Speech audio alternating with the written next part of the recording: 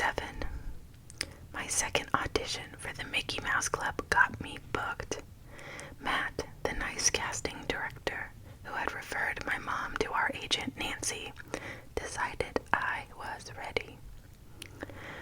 Being in the show was boot camp for the entertainment industry. There were extensive dance rehearsals, singing lessons, acting classes, time in the recording studio, and school in between. The Musketeers quickly split into our own cliques, divided by the dressing rooms that were shared. Christina Aguilera and I were the younger kids, and we shared a dressing room with another girl, Nikki DeLoach. We looked up to the older kids, Carrie Russell, Ryan Gosling, and Tony Luca, who I thought was so handsome, and quickly I connected with a boy named Justin Timberlake.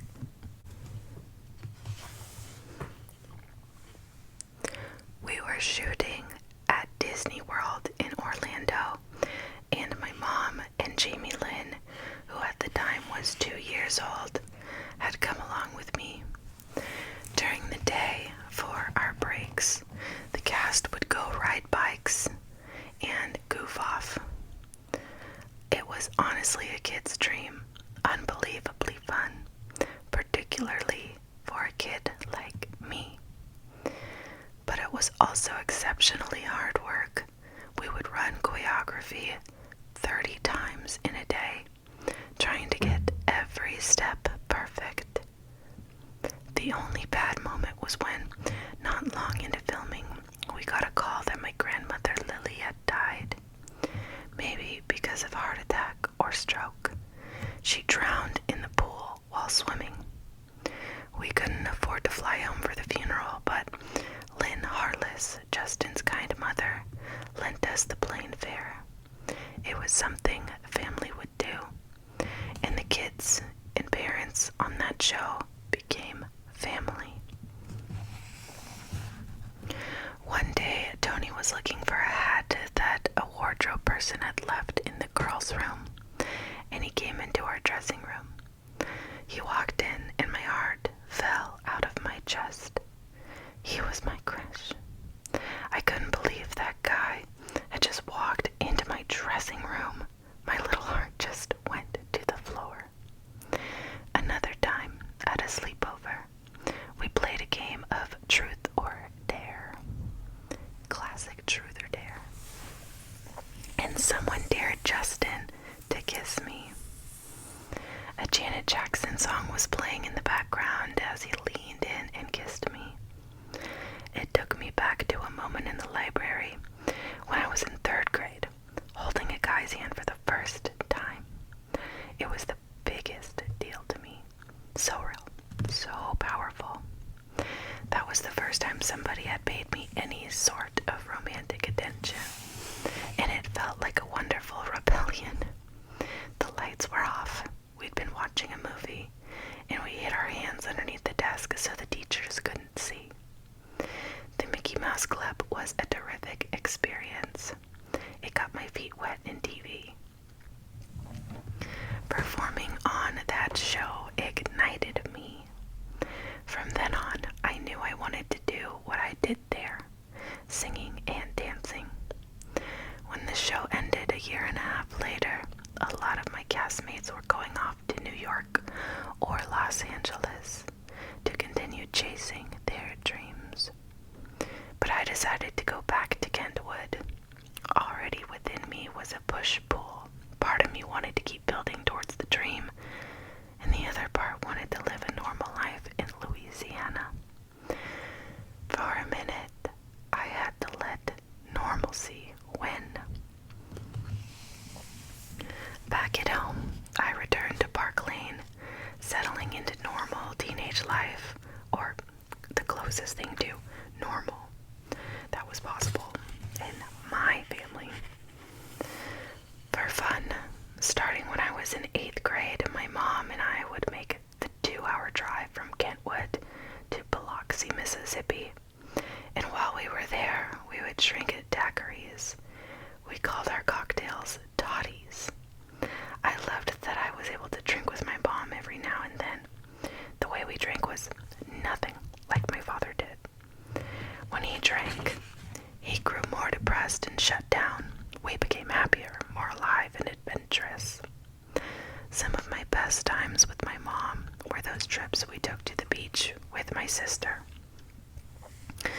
As we drive, I'd sip on a little bitty White Russian.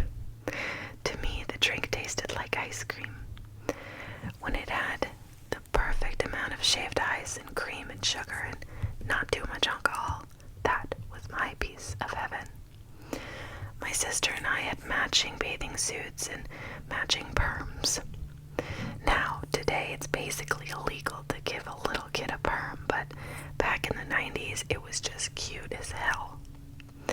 At 3, Jamie Lynn was a living doll, the craziest, most adorable child ever. So that was our thing. We'd go to Biloxi, drink, go to the beach, and come back happy. And we had fun. We had a lot of fun. Even amid all the darkness, there was still a lot of joy in my childhood. By 13, I was drinking with my mom and smoking with my friends. I had my first cigarette at my one bad friend's house. All my other friends were geeks, but this friend was popular. Her sister was a senior, and she always had the best makeup, and guys were all over her. She took me out to a shed and handed me my first cigarette. Even though it was just tobacco, I felt high. I remember thinking, am I gonna die? Is this feeling gonna go away? When is this feeling gonna go away? Once I survived my first cigarette, I immediately wanted another one. I did a pretty good job hiding my habit from my mother, but one day she was having me drive us home from the store along the long road that led to our house. I started driving at 13 too, when suddenly she started sniffing the air. "I smell smoke," she said. "Have you been smoking?" She grabbed one of my hands off the wheel fast and pulled it to her to smell. As she did that, I lost control of the wheel and the car spun off the road. It felt like everything was moving in slow motion. I looked back and saw little Jamie Lynn pressed backward into the seat. She had on a seatbelt, but wasn't in a car seat. As we spun what felt like very slowly, I kept thinking, we're gonna die, we're gonna die, we're gonna die. Then, wham! The butt of the car hit a telephone pole. Hitting the way we did was a miracle. If we'd hit the pole going forward, we would have gone through the windshield. My mother jumped out of the car and just started yelling at me for crashing as cars passed by for help, at the world for letting this happen. No one was hurt, fortunately. All 3 of us walked away. Even better, my mom forgot all about how she'd caught me smoking. The crime of teenage me smoking, whatever, we almost died. After that, she never mentioned it again. One day, some of the boys in the 6th grade at school asked me to go smoke a cigarette in their locker room during break. I was the only girl they ever asked to join them. I've never felt cooler. Fortunately, the boys' locker room had 2 doors, one of which led to the outside. I remember we jammed the door open so the smoke could escape and we wouldn't get caught. It became a ritual, but it didn't last. A little while later, I decided to try it on my own without the boys. This time, my best girlfriend and I went to smoke in the girls' locker room. But that room only had 1 door. Disaster. We got caught red-handed and we were sent to the principal's office. "Were you smoking?" the principal asked. "No," I said. My best friend reached down and secretly pinched my hand so hard. It was clear the principal didn't believe me, but guess what? Somehow we actually got away with just a warning. Later, my friend said, "I swear to God, Britney, you're the worst liar I've ever seen in my life. Let me do the talking next time, please." I wasn't just drinking and smoking by that age. I was precocious when it came to boys. I had a huge crush on one of the guys who was always hanging around my bad friend's house. He was 18 or 19, and he had a girlfriend at the time, a tomboy. They were really, really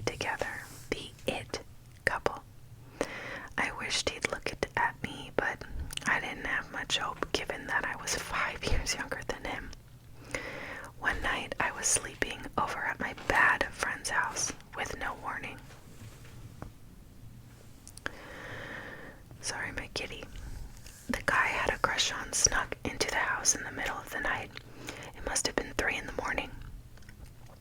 I was sleeping on the couch, and I woke up to him sitting next to me. He started kissing me, and then we were fully making out on the couch. What is happening? I thought. It was like some sort of seance, like I just conjured him. I couldn't believe my crush had just appeared out of nowhere and started making out with me, and it was sweet. That was all he did, kiss me. He didn't try anything else.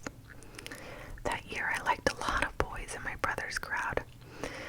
As a kid, Brian was funny, weird, in the best way, but when he was a senior, he became the king of the school, an absolute badass. His senior year, I started dating his best friend, and I lost my virginity to him. I was young for the 9th grade, and the guy was 17. My relationship with him ended up consuming a lot of my time. I would go to school like normal at 7 a.m., but leave at lunchtime around 1 p.m. and spend the afternoon with him. Then he would drive me back right as school was getting out. I'd just innocently get on the bus and go home like nothing happened. Eventually, my mom got a call from the school office. I'd missed 17 days, which I had to make up. My mom said, "How did you do it? How did you just leave?" "Oh, I forged your signature," I said. The age difference between me and that guy was huge, obviously. Now it seems outrageous. And so my brother, who was always very protective, started to hate him. When Brian caught me sneaking out to go visit his friend, he told on me to our parents. As punishment, I had to walk around the neighborhood all day with a bucket, cleaning up garbage like a prisoner on the highway. Brian followed me around, taking pictures as, crying, I picked up the trash. Moments like that aside, there was something so beautifully normal about that period of my life. Going to homecoming and prom, driving around our little town and going to movies. But the truth was, I missed performing.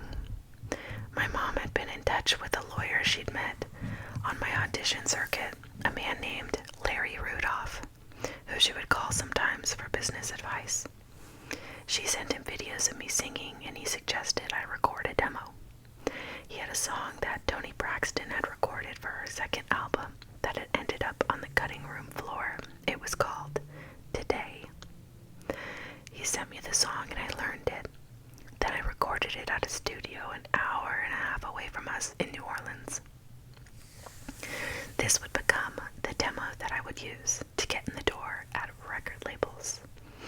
Around the same time, Justin and another Musketeer, Jay-Z Chazes, were in a new boy band called NSYNC that was being assembled. Another castmate, Nikki, with whom I shared that dressing room, was joining a girl group, but after I talked it over with my mom, we decided to pursue the solo avenue instead. Larry played the demo for some executives in New York who told him they wanted to see what I could do.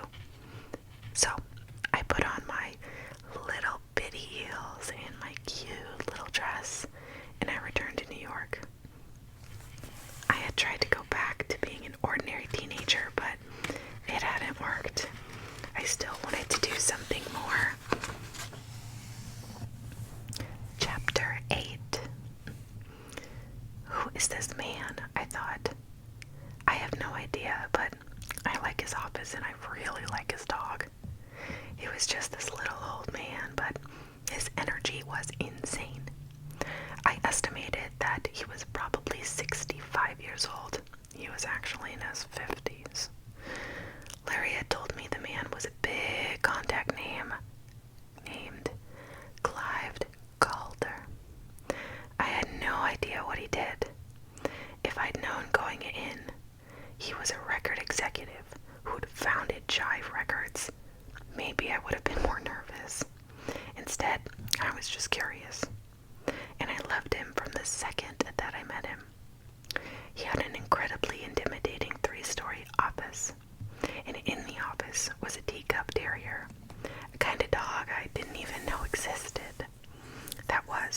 swear to God, the smallest, most precious thing.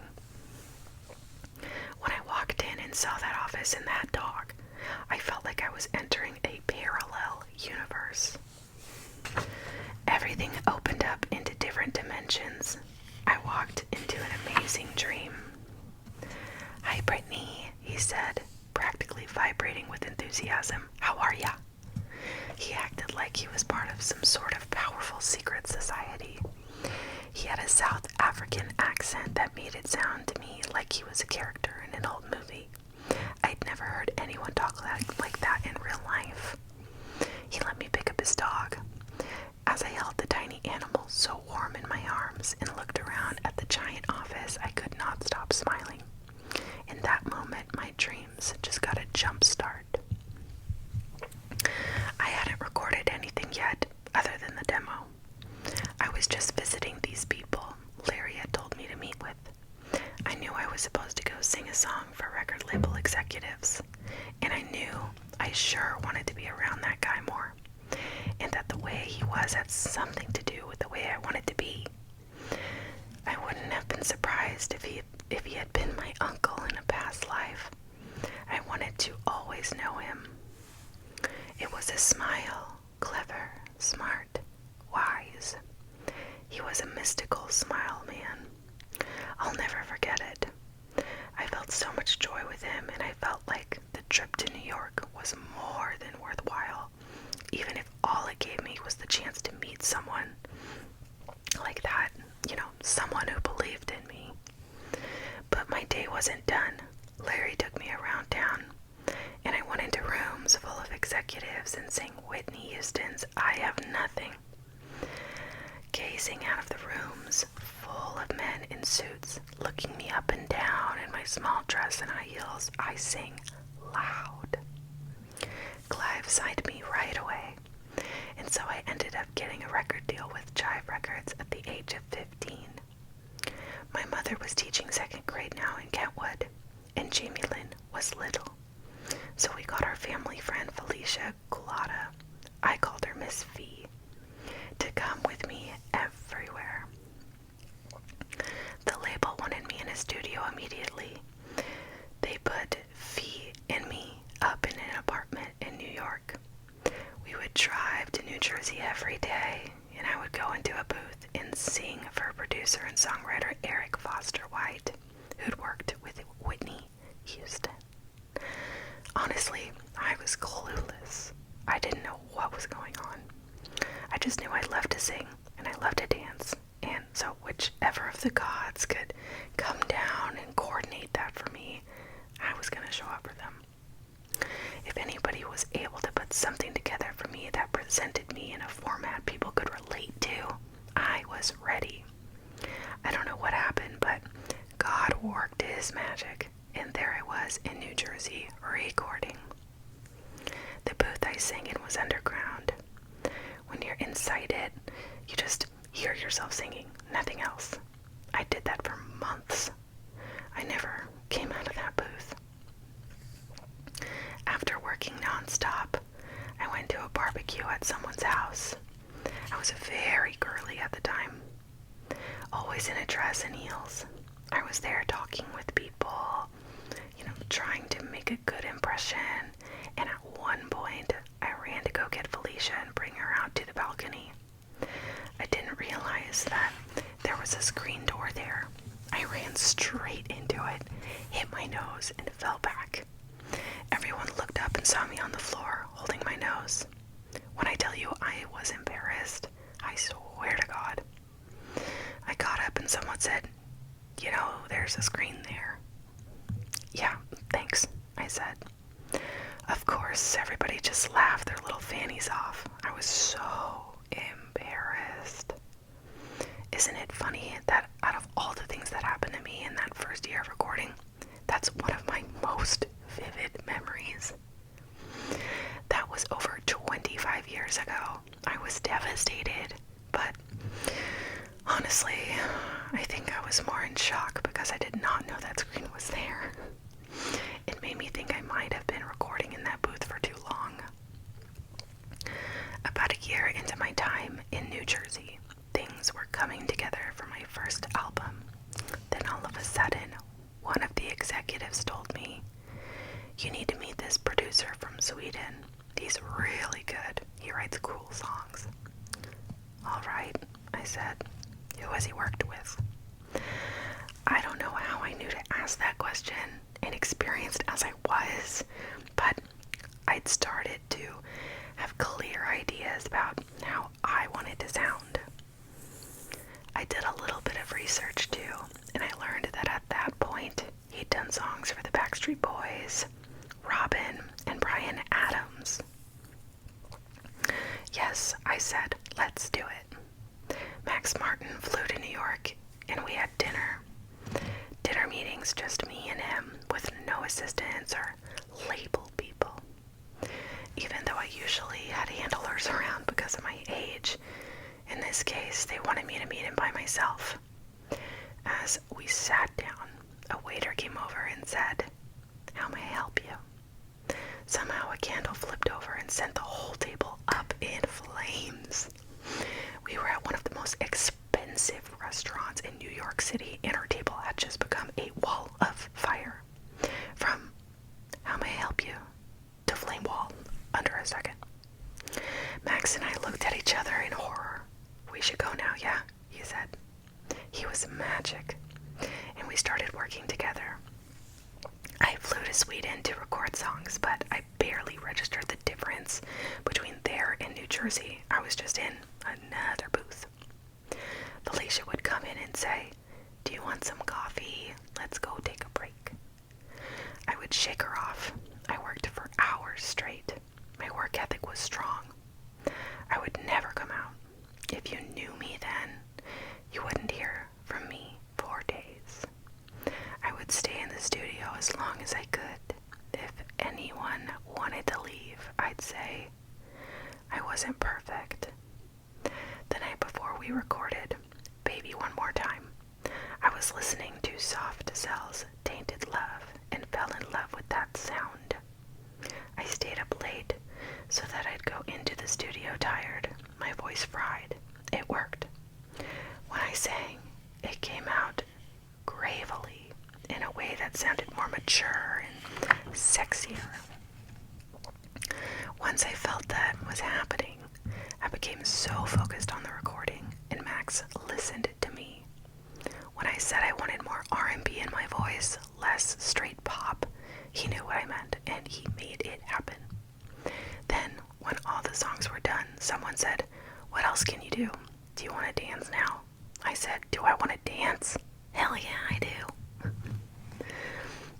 Chapter 9. The label came to me with a concept for the Baby One More Time video, in which I would play a futuristic astronaut. The mock-up I saw had me looking like a Power Ranger. That image did not resonate with me, and I had a feeling my audience wouldn't relate to it either. I told the executives at the label that I thought people would want to see my friends and me sitting at school, bored, and then as soon as the bell rang, boom, we'd start dancing. The way the choreographer had us moving was so smooth. It helped that most of the dancers were from New York City. In the pop dance world, there are two camps. Most people will say that LA dancers are better, and no disrespect to them, but my spirit is always like the New York dancers best. They have more heart. We rehearsed at Broadway Dance Center, where I'd taken classes as a kid, so I was comfortable there.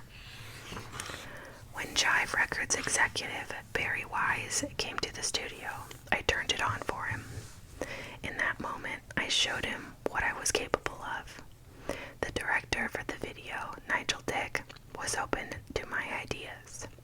In addition to the school bell cueing the start of the dancing, I added that it was important that there be cute boys. And I thought we should wear, school uniforms to make it seem more exciting when we were starting to dance outside in our casual clothes. We even got to cast Miss V as my teacher. I found it hilarious to see her in nerdy glasses and frumpy teacher clothes. Making that video was the most fun part of doing that first album.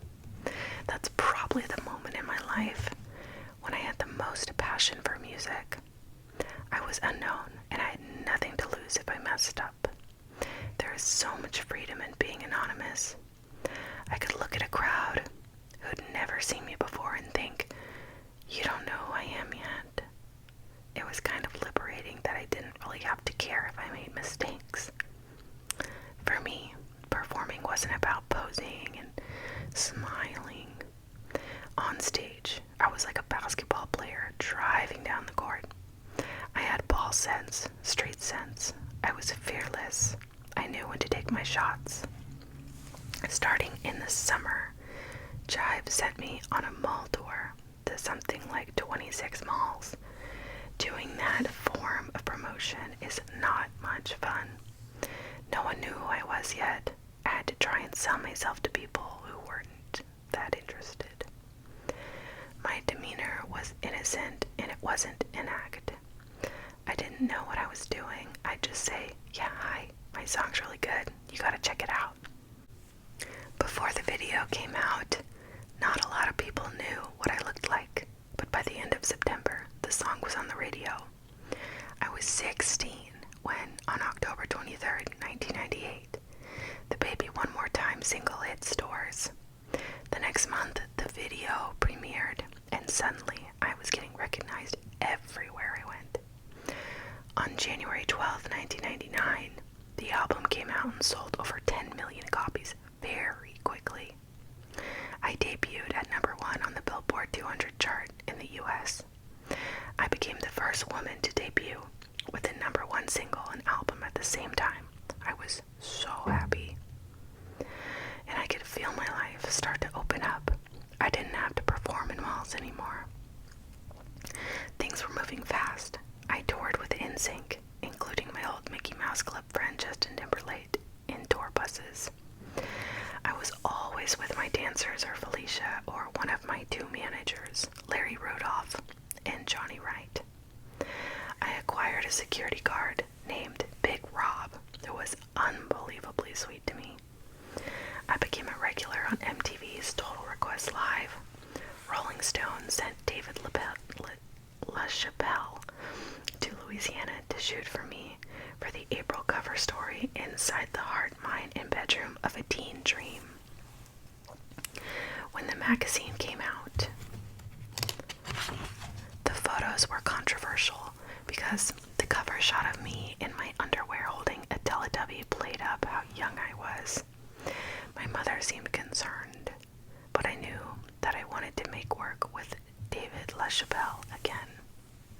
Every day was new.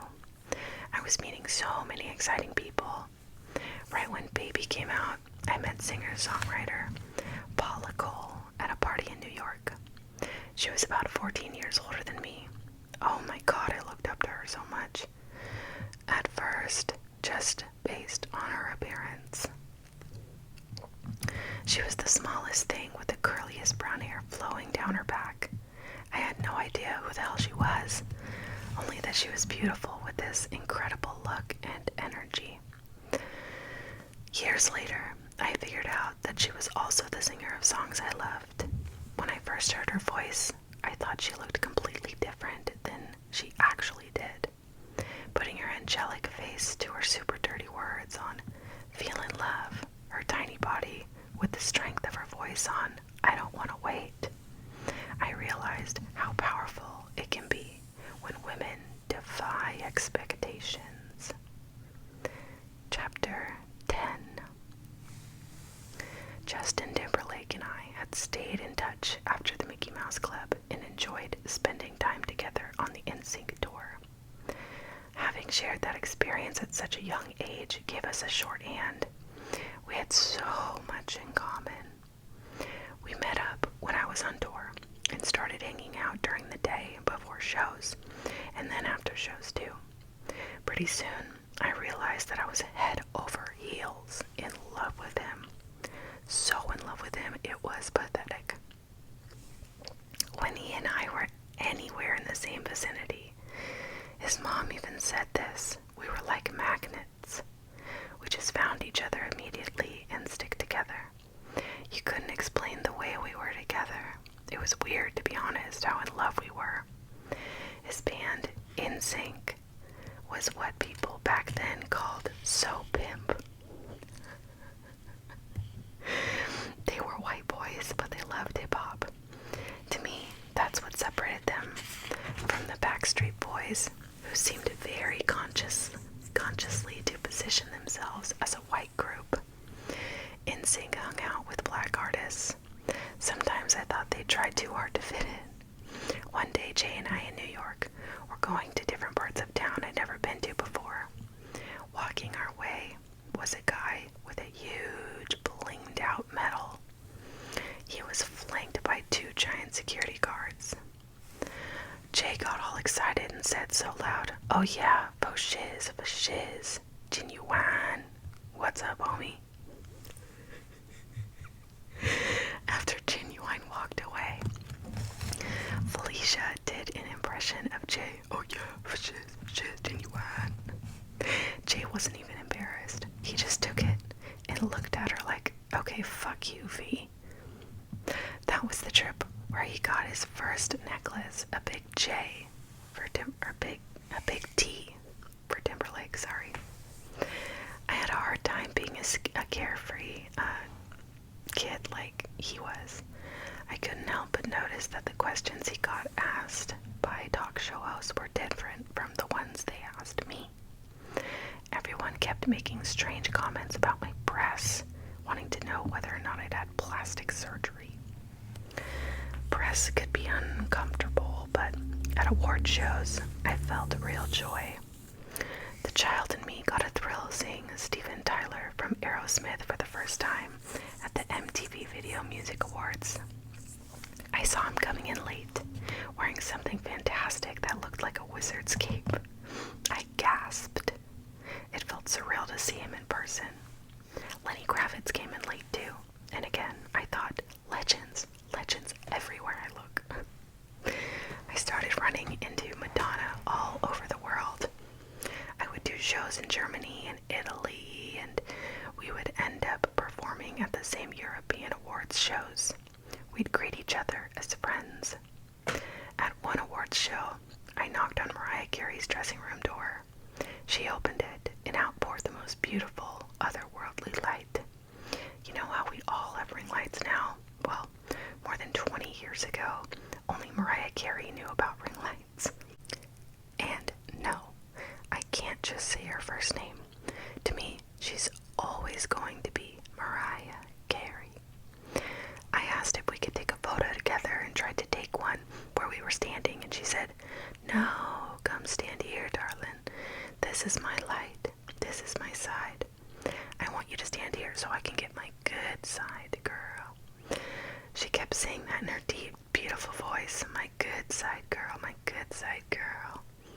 I did everything Mariah Carey told me to do, and we took the photo.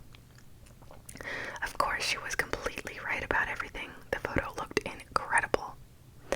I know I won an award that night, but I couldn't even tell you where it was. The perfect photo with Mariah Carey, that was the real prize.